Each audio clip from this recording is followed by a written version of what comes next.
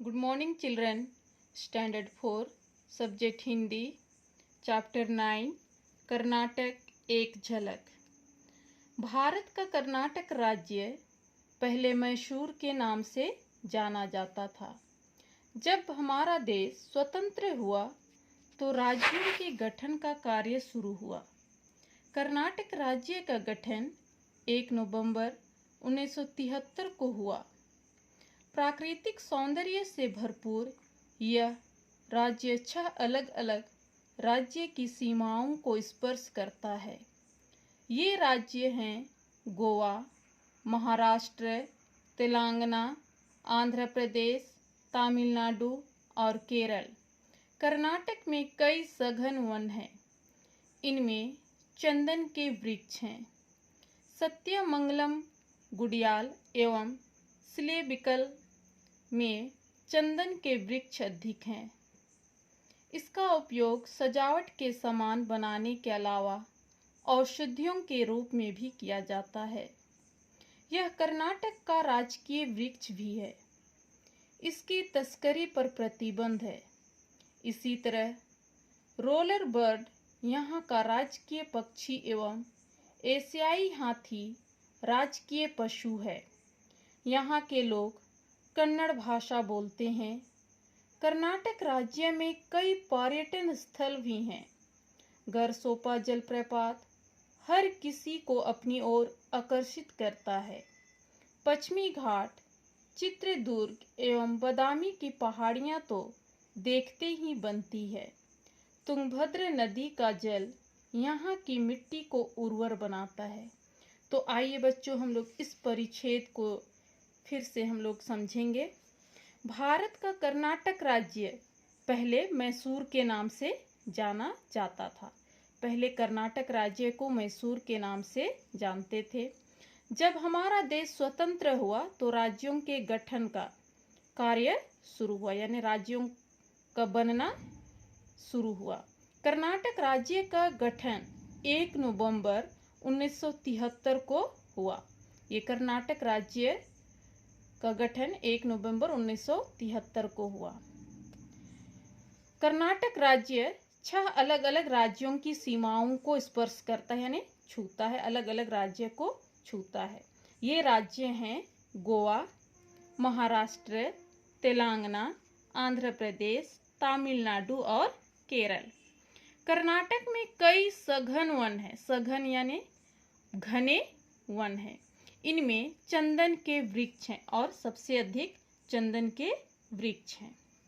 इसका उपयोग, चंदन के वृक्ष का उपयोग सजावट के सामान बनाने के अलावा औषधियों यानी दवाइयों के रूप में भी किया जाता है। कर्नाटक का राजकीय वृक्ष भी है, यानी कर्नाटक का राजकीय वृक्ष चंदन है। इसकी तस्करी पर यानी इसके व्यापार पर प्रतिबंध यानी रोक है। इसी तरह रोलर बर्ड यहाँ का राजकीय पक्षी एवं एशियाई हाथी राजकीय पशु है। यहाँ के लोग कन्नड़ भाषा बोलते हैं। कर्नाटक में लोग कन्नड़ भाषा बोलते हैं।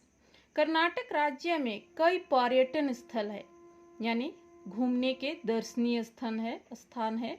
गरसोपा जलप्रपात यानी गरसोपा फॉल हर किसी को अपनी ओर आकर्षित करता है। पश्चिमी घाट, चित्रदुर्ग एवं बादामी की पहाड़ियाँ तो देखते ही बनती है। तुंगभद्र नदी का जल यहाँ की मिट्टी को उर्वर बनाता है।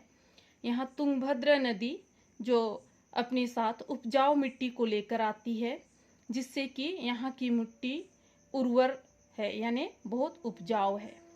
अब आगे देखेंगे नेक्स्ट पैराग्राफ।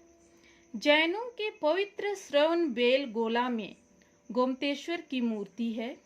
इस मूर्ति की ऊंचाई 18 मीटर है। बीजापुर में बना गोल गुंबद ऐतिहासिक स्मारक है। यह स्मारक सन 1656 में बना। यह स्मारक आदिल शाह को समर्पित है। कृषि और वाणिज्य के क्षेत्र में इस राज्य की अपनी अलग पहचान है। चावल, मक्का, ज्वार, बाजरा, नारियल एवं सूरजमुखी यहाँ की प्रमुख फसलें हैं। बेंगलुरु अपनी कला, संस्कृति एवं सूचना तकनीकी के लिए विश्व में प्रसिद्ध है। यह इलेक्ट्रॉनिक शहर के नाम से विख्यात है। वर्तमान समय में इंटरनेट की सर्वाधिक सुविधाएं बेंगलुरु में है। यहाँ सबसे अधिक ठंडक दिसंबर के महीने में और सबसे अधिक गर्मी अप्रैल के महीने में पड़ती है। कर्नाटक अपने भव्य मंदिरों के कारण भी पर्यटन का विशेष केंद्र है। यहाँ के ज्यादातर मंदिर चालुक्य, चोल और होयसल वंश के राजाओं ने बनवाए। मंडप के आकार वाले ये मंदिर द्रविड़ शैली में बने हैं।